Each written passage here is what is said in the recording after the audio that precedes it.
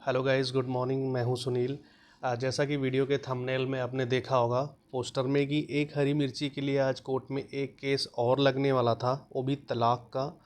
बस एक हरी मिर्ची उसकी वजह थी। तो जो मैरिड हैं, न्यू मैरिड हैं या मैरिज करने वाले हैं, तो इस वीडियो को खास करके ध्यान से देखो, क्योंकि कभी किसी की बुद्धि ख़राब हो जाए कुछ नहीं पता होता है। आज कोर्ट में क्या हुआ, मैं सुबह सुबह पहुंचा जैसे 8:30 बजे के आसपास। तो मैं भी एलएलबी कर रहा हूं, तो अपनी प्रैक्टिस के लिए थोड़ा सीखने के लिए जाता रहता हूं। तो क्या हुआ, मैं एकांत में साइड में एक टेबल पे लैपटॉप लगा के एक एप्लीकेशन टाइप कर रहा था किसी अंकल का। शायद वो लोकल ही थे, वो मतलब एक दिन पहले और भी आए थे, मेरे से बात करके गए थे कुछ। तो उनका एप्लीकेशन टाइप कर रहा था। उतने में एक फैमिली आती है जिसमें वो लड़की थी लगभग 22 से 24 साल की। एक अंकल आंटी थे, बुज़ुर्ग थे। तो वो आते ही बोलते हैं, बेटा एक केस करना था तो आप करवा दोगे। जैसे वो एक एकांत जगह ढूंढ रहे थे जहाँ पे सब कोई उनकी बातें ना सुने। तो मैं साइड में बैठा था, मैंने कहा ठीक है जी, क्या करना था बताओ। बोले कि एक केस करना था। मैंने कहा ठीक है जी, हो जाएगा, बताओ कैसे क्या है। बोला एक तलाक का केस था। तो मैं अभी पढ़ने वाला लड़का, जिसको भी एलएलबी का ज़्यादा कुछ पता भी नहीं है केस का। अभी मेरा मतलब 2 साल और बचे हैं मुझे अभी कंप्लीट करने में। तो मैं थोड़ा सा घबरा गया कि डायरेक्ट तलाक का केस मेरे पास कैसे आ सकता है। तो मुझे आइडिया था कि ये दिमाग से थोड़ा हिले हुए हैं। तो बोला कि मुझे इस लड़की के हस्बैंड के ऊपर केस करना है। तो मैंने पूछा रीज़न, क्योंकि अब इतने दिन से तो कोर्ट जा रहा हूँ या पढ़ रहा हूँ तो आइडिया है सारी चीज़ें लगभग।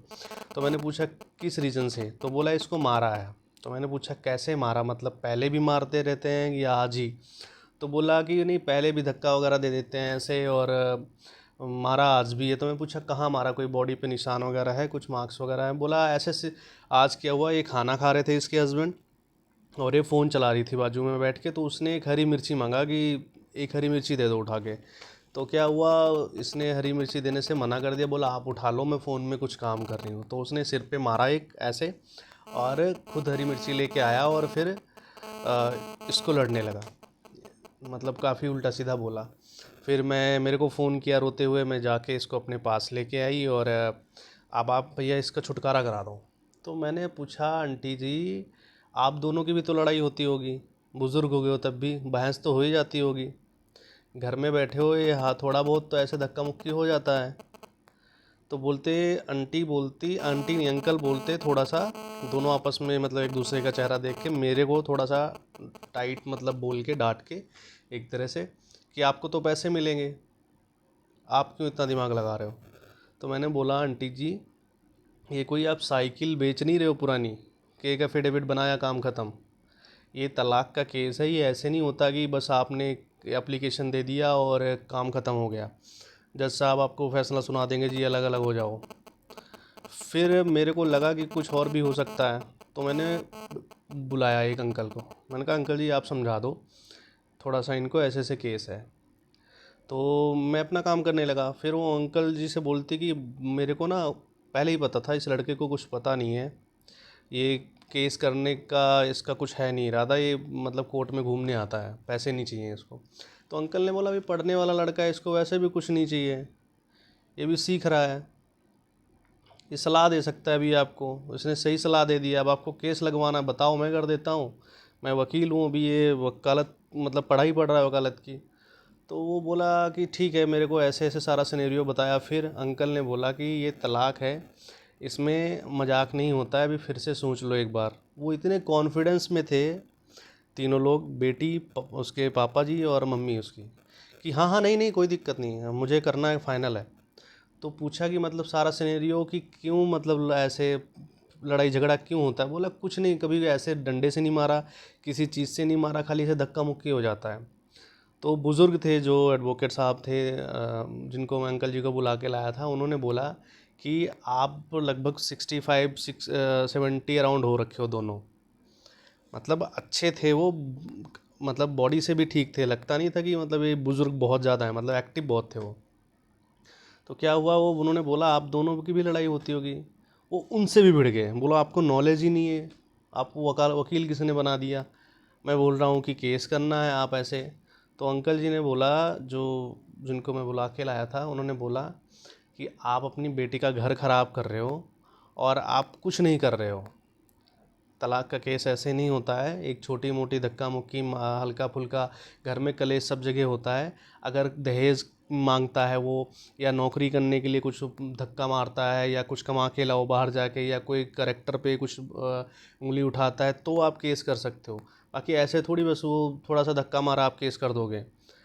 बोला नहीं ये ऐसे ऐसे दिक्कत होती है सारी। फिर वो बार बार बताने लगा, तो हमें लगा कि ये ना जो गुजारा भत्ता वाला सीन चल रहा है ना आज के टाइम, ये सारा खेल गुजारा भत्ता का था कि उसको तलाक का केस ले लेना है और घर बैठ के आराम से उससे 25-30 हज़ार रुपये हर महीने ऐंठ के आराम से अपनी लाइफ चलानी है, या इकट्ठा ही पूरे एक बार में जो पैसा लेते हैं वो लेके, जो भी है 25-30 लाख रुपए लेके उसने निकल लेना था।